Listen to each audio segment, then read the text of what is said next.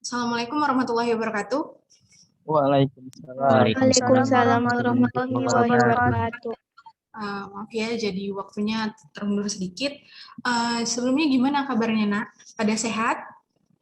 Alhamdulillah sehat. Partisipannya cuma ada sekitar 10 ya dari siswa. Tapi nggak apa-apa ya. Jadi hari ini kita memasuki bab baru nih. Untuk UHA-nya udah pada ngerjain semua yang di sini. Ujian harian yang semalam udah dikerjain semua? Alhamdulillah. Kasih ya. Jadi di sini kita akan melanjutkan bab berikutnya yaitu pelajaran mengenai ekologi. Mungkin kalian udah nggak asing lagi nih sama materi yang satu ini ya. Tapi sebelum kita memulai pembelajaran mengenai ekologi ini, ada baiknya kita mengucap Basmalah, Bismillahirrahmanirrahim. Semoga pembelajaran hari ini dapat berlangsung dengan lancar dan manfaatnya dapat kita terima semuanya ya. Oke, jadi kalau dari katanya dari kata ekologi sendiri, mungkin kalian di SMP udah pernah dengar ya? Udah pernah belajar? Udah pernah belajar semua kan mengenai ekologi? Atau ada yang belum? Waktu di SMP? Sudah, Miss. Sudah ya. Jadi di sini kita nggak beda jauh sama yang di SMP, tapi ada beberapa yang di SMP yang belum dipelajari. Ekologi sendiri nanti kita bahas mengenai beberapa subchapter yang antara satu, yang pertama itu tingkatan organisasi kehidupan. Ini kalian nggak asing lagi mungkin ya. Apa aja sih yang dimaksud individu, populasi, organisme, atau pendahuluan dari ekologi. Itu ya. Nanti kalian juga akan belajar mengenai interaksi antara makhluk hidup dan juga piramida makanan. Udah di SMP juga kan. Yang terakhir mungkin yang belum, daur geokimia. Mungkin di SMP belum ada kan yang belajar itu? Iya, Miss. Jadi, untuk pertemuan kali ini, kita akan membahas pengantar dari, masih kelihatan PPT-nya, Nak? Kelihatan, Miss, tapi nggak ada bacaannya, Miss. Oke, sebentar ya.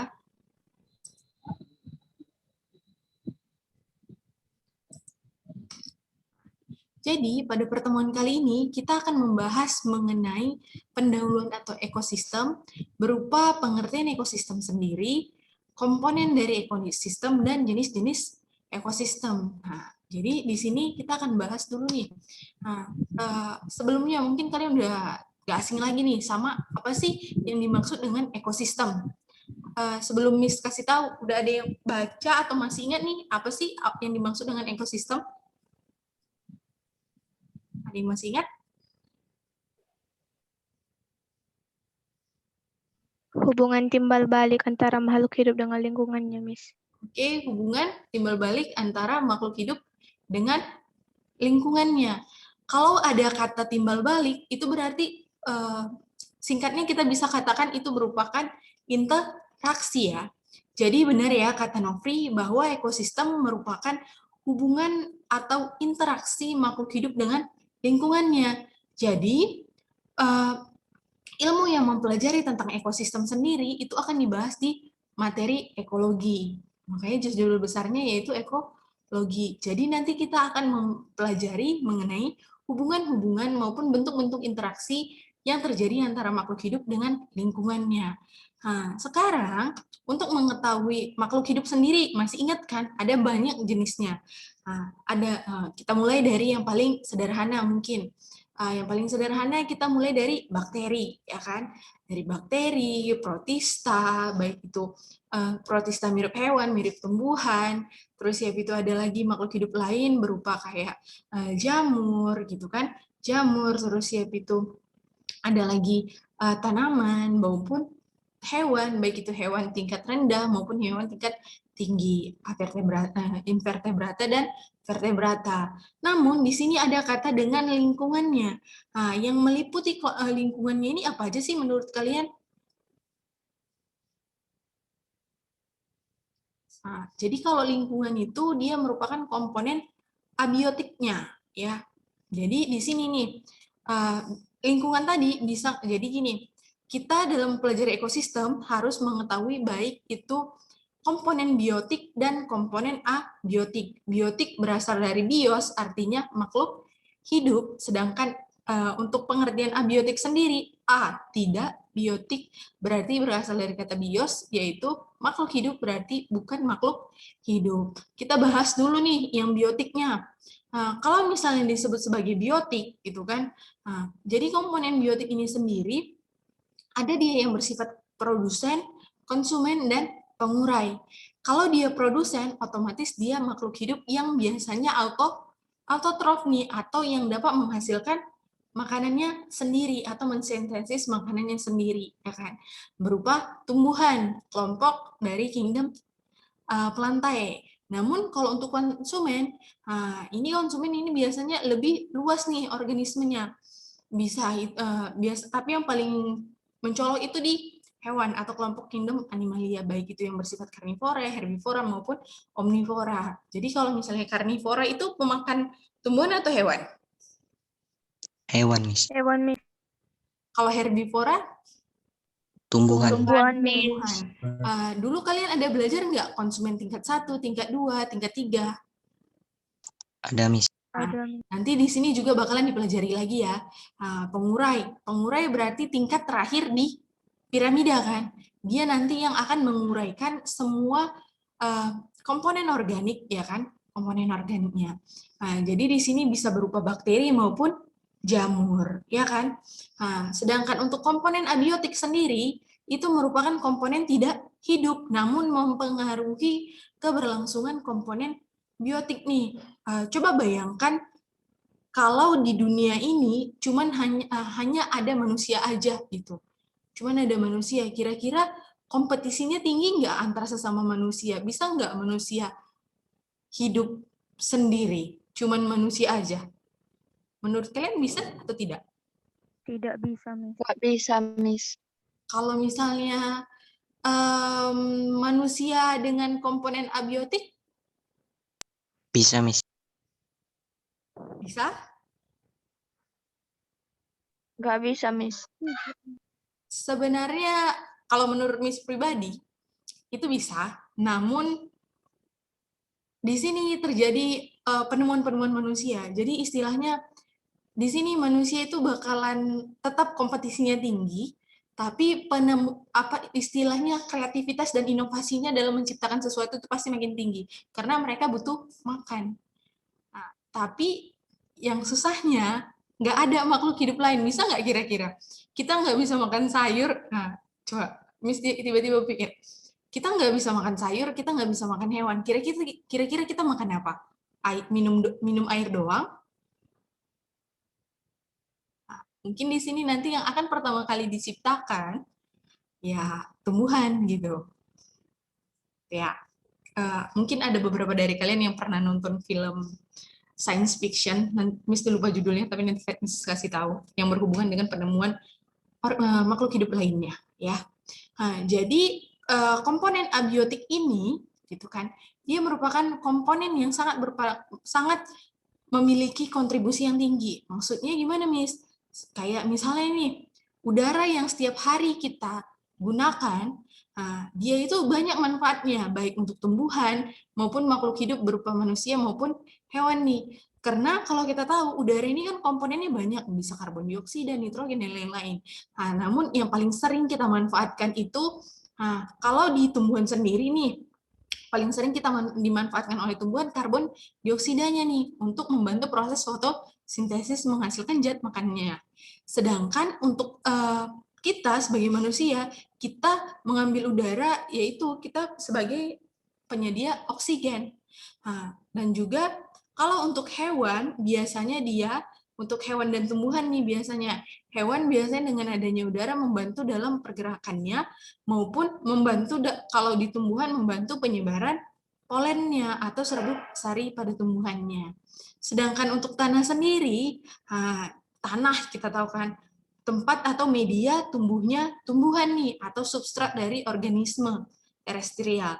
Terus ya itu sebagai penyedia unsur hara, tempat penguraian organisme, air, dan tempat penyimpanan air tanah nih. Ya kan, kalau misalnya tanah nggak ada, bisa jadi kita udah banjir setiap hari, ataupun misalnya ya udah kayak bayangin aja kita hidup di laut gitu ya. Nah, tapi air juga punya kontribusi yang tinggi nih, mereka saling melengkapi, di mana air ini bisa juga sebagai media tempat hidup, tapi organisme yang akuatik, yang hidup di air, dan juga membantu dalam tempat bereproduksinya organisme akuatik, misalnya kayak ikan yang semalam kita bahas kan. Nah, itu ya. Nah, dan juga sebagai bahan dasar fotosintesis nih, kayak alga atau rumput laut kan, dia kan tinggalnya di air nih, di laut. Nah, jadi air tadi membantu dalam proses autotrofnya karena membantu dalam penetrasi cahayanya gitu. Terus juga sebagai penyeimbang tubuh atau homeostatis. Bayangkan nih, satu hari itu kamu nggak ada minum sama sekali. Kalau puasa kan cuman dari kita buat aja azannya jam 5 pagi nih. Nah, jam 5 pagi kamu nggak ada minum lagi sampai jam 6 sore. Itu aja udah lemes banget kan? Gimana kalau 1 kali 24 jam kita nggak minum? Gitu. Bisa jadi oyong, lesu, nggak pengen ngapa-ngapain lagi lah. Gitu kan? Jadi itu tuh tadi yang berhubungan dengan komponennya. Jadi semua komponen tadi, itu mendukung organisme yang menyusun di ekosistem sendiri. Maksudnya gimana, Miss? Nah, jadi kita tahu kan bahwa di dalam tingkat organisasi kehidupan, kita mulai kalau di ekosistem itu dari individu sendiri, yaitu organisme tunggal. Nah, dari organisme tunggal ini nanti, misal nih kita ambil dari rusa nih. Nah, organisme tunggal tadi, gitu kan, yang dimaksud organisme tunggal ini adalah satu spesies gitu ya, satu spesies dari makhluk hidup yang dapat melakukan reproduksi sehingga menghasilkan keturunan yang fertil gitu. Jadi kalau misalnya Miss bilang nih individu, kalau ada beberapa kumpulan mawar berwarna merah dan berwarna putih, itu termasuk individu enggak? Tidak, Miss. Tidak ya, itu masuk populasi mawar gitu kan. Nah, tapi kalau misalnya ya kita buat contohnya gini nih, kalau dia ini kok lupa. Oh, kalau misalnya di dalam satu tempat gitu kan, di rumah kita, nah, ada manusia. Nah, Miss rasa pengertiannya ini udah kalian paham ya. Nah, jadi Miss nanya dulu nih, nanti di mana nggak pahamnya kita bahas sama-sama. Di dalam suatu rumah, ada ibu, ada anak, ada ayah, dan juga beberapa hewan peliharaannya nih. Nah, ada ayam, ada kucing, dan ada anjing. Nah, ya, kira-kira rumah tersebut dapat dikatakan sebagai komunitas atau ekosistem. Komunitas. Komunitas atau ekosistem? Komunitas. Benar ya, komunitas. Tapi kalau misalnya ekosistem, ada nggak kira-kira dari kalian dari bentuk komunitas tadi yang bisa menjelaskan ke Miss atau ngasih satu contoh yang dimaksud dengan ekosistemnya? Ada yang bisa kira-kira? Kasih contoh nih sama Miss yang dimaksud ekosistem gitu. Atau bentuk interaksi aja dulu. Interaksi gimana kalau di rumah antara ayam dan kucing, kira-kira ada nggak interaksi yang bisa dimunculkan? Atau ini yang paling sering kita dengar, kucing dengan anjing, ada nggak interaksinya?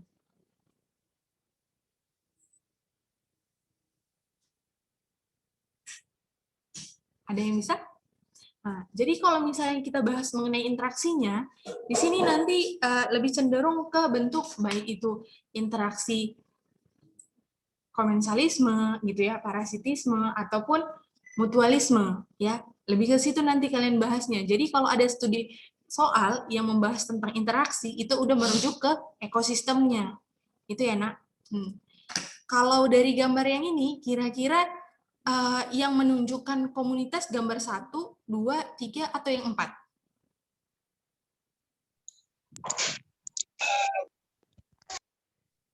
4, Miss. 4. 4? Iya, Miss, 4. Oke. Alasannya kira-kira bisa dikasih sama Miss?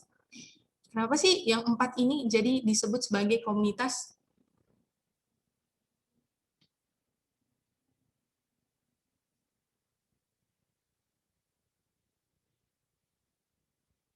Ada?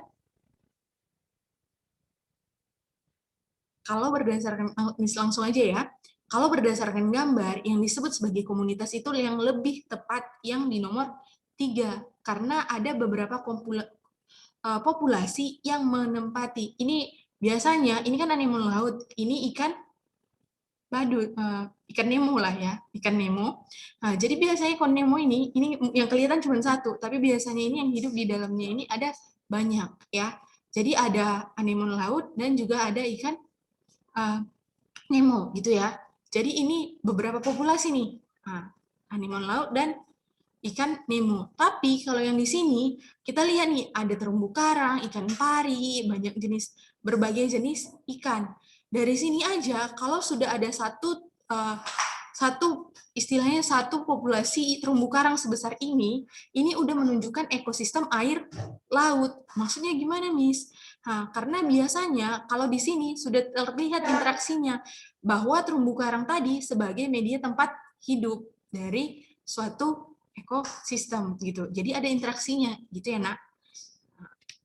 Oke. Jadi ekosistem sendiri dapat dibagi menjadi 2, ekosistem darat dan ekosistem laut. Di mana nanti ekosistem darat ini meliputi beberapa bioma nih. Misalnya kalian nggak lupa ada bioma tundra, taiga, ada hutan hujan tropis, terus ada savana, hutan gurun, dan ada hutan gugur nih. Kalian masih ingat nggak apa sih faktor pembatas dari ekosistem darat maupun bioma yang ada, bioma terestrial? Kira-kira apa sih yang menyebabkan terjadinya perbedaan antara sehingga terbentuknya beberapa bioma? Ada yang masih ingat? Saya, Miss. Coba kira-kira apa, Juria? Suhu, curah hujan, dan kelembapan, Miss. Ya, suhu, curah hujan, dan kelembapan. Atau biasanya yang paling sering nih, faktor pembatasnya itu curah hujan dan temperatur.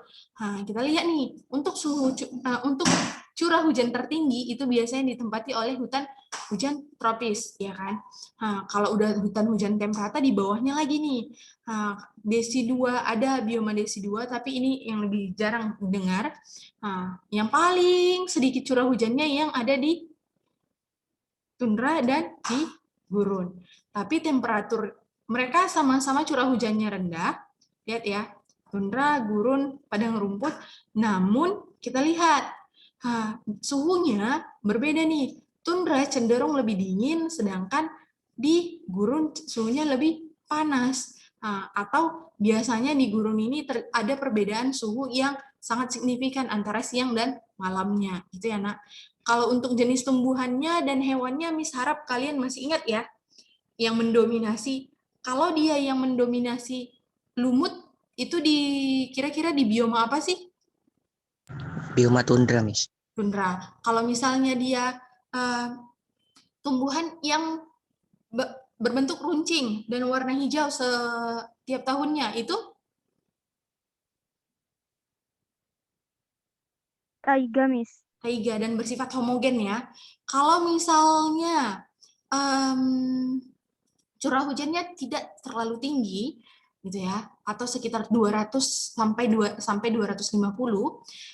Terus ya itu persebaran tumbuhannya cenderung bersifat homogen. Kira-kira apa? Biasanya eukaliptus, gitu-gitu tumbuhannya. Ada yang tahu? Hutan bioma savana maupun chaparral biasanya. Kalau hutan gugur. Kalau yang dia bersifat heterogen biasanya di hutan hujan tropis gitu ya. Oke. Jadi selain tadi ekosistem darat, ada juga nih ekosistem perairan. Ekosistem perairan tadi itu bisa dibagi lagi nih menjadi 2. Ekosistem air tawar dan ekosistem air laut. Ekosistem air tawar dan air laut ini bisa lagi dibagi menjadi beberapa bagian berdasarkan baik itu pergerakan airnya maupun penetrasi cahayanya. Kalau dia perairannya cenderung berarus, gitu kan, dari mana arusnya cenderung mengikuti curah hujan, mata air, maupun jumlah salju yang mencair, itu contohnya ada di sungai. Ya, ingat aja, yang dia cenderung arusnya memiliki arus, ya, atau disebut sebagai perairan lotik. Nah, tapi kalau dia cenderung tenang atau tidak berarus, atau disebut juga sebagai menggenang, itu disebut sebagai lentik, ya, di mana dia tidak berarus. Contohnya ada di danau, di rawa-rawa, ya kan? Nah, tapi berdasarkan penetrasi cahaya, kalian tahu kan maksudnya penetrasi cahaya? Jumlah cahaya yang masuk atau jumlah intensitas cahaya yang dapat masuk ke dalam airnya. Ada 3 zona yang dibagi di dalam ekosistem air tawar. Ada epilimnion, metalimnion, dan hipolimnion. Nah, berdasarkan ketiga ini, kalau kalian lihat, di bagian epilimnion, bagian teratas dari ekosistem air tawar, biasanya ini merupakan daerah yang paling banyak cahaya masuk. Ya, metalimnion jumlah cahaya semakin menurun. Hipolimnion cahaya sudah tidak ada. Nah, di mana dari 3 daerah ini, epilimnion, metalimnion, dan hipolimnion, yang masih ditemukan tumbuhan itu di bagian epilimnion, karena cahaya yang masuk berjumlah tinggi, atau maksudnya masih mendukung dalam proses fotosintesisnya, ya. Tapi untuk di metalimnion dan hipolimnion sudah tidak lagi. Kalau misalnya di ekosistem air laut juga dibagi jadi 2 nih. Ada berdasarkan jarak pantai dan juga berdasarkan kedalaman dan penetrasi cahayanya.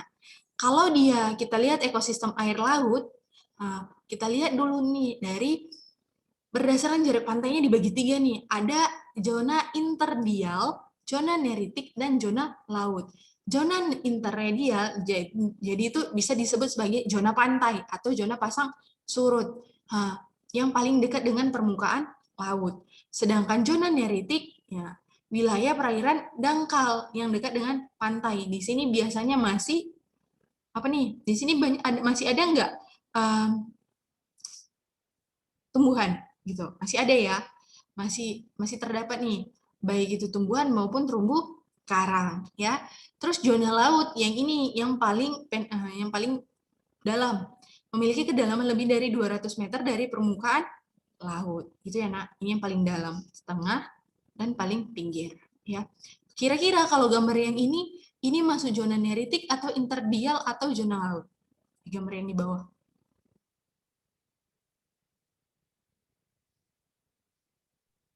Neritik, Miss.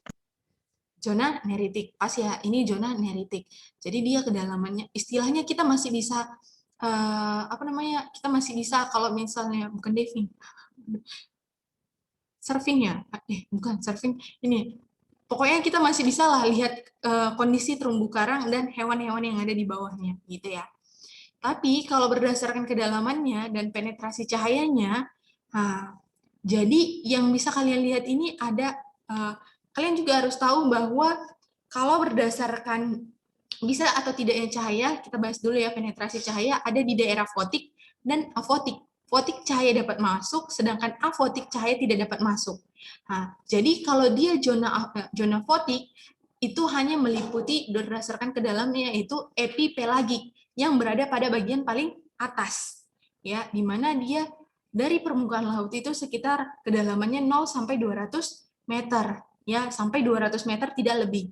Tapi kalau dari mulai mesopelagik, batipelagik, abisapelagik sampai hedal pelagik, ini sudah tidak ditemukan lagi tumbuhan, ya, dan juga cahaya sudah tidak masuk lagi. Tapi di sini masih ada, tapi jumlahnya sangat sedikit. Di sini sudah nggak ada lagi. Biasanya kalau kita lihat dari suhunya, makin ke dalam itu makin dingin, ya. Oke. Yang paling dalam hedal pelagik, ya. Coba langsung ke soal aja. Kira-kira di soal nomor 1 ada yang bisa langsung jawab? Pernyataan yang tepat mengenai komunitas. C, Miss. Oke ya, sekumpulan populasi di suatu daerah yang saling berinteraksi. Jadi populasinya nih yang berinteraksi, bukan populasi dengan lingkungannya, ya gitu ya. Makhluk hidup. Kalau yang D baru ekosistem, gitu ya. Kalau yang nomor 2, zona peralihan air tawar dan air laut. Miss. Air, ayo yang paling mudah nih soalnya ya. Nah, fotik, lotik beda ya. Nah, interdinal berdasarkan kedalamannya, gitu ya. Yang ketiga, daerah perairan yang masih dapat ditumbuhin oleh ganggang adalah kira-kira yang mana? A, Miss.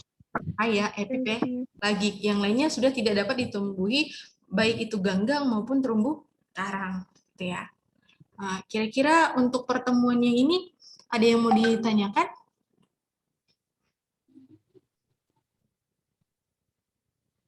Oke, untuk pertemuan minggu depan, harap membaca mengenai interaksi antar makhluk hidup dan juga piramida makanan maupun rantai makanan. Ya, jadi sekian pertemuan hari ini. Miss ucapkan terima kasih. Assalamualaikum warahmatullahi wabarakatuh. Waalaikumsalam warahmatullahi wabarakatuh.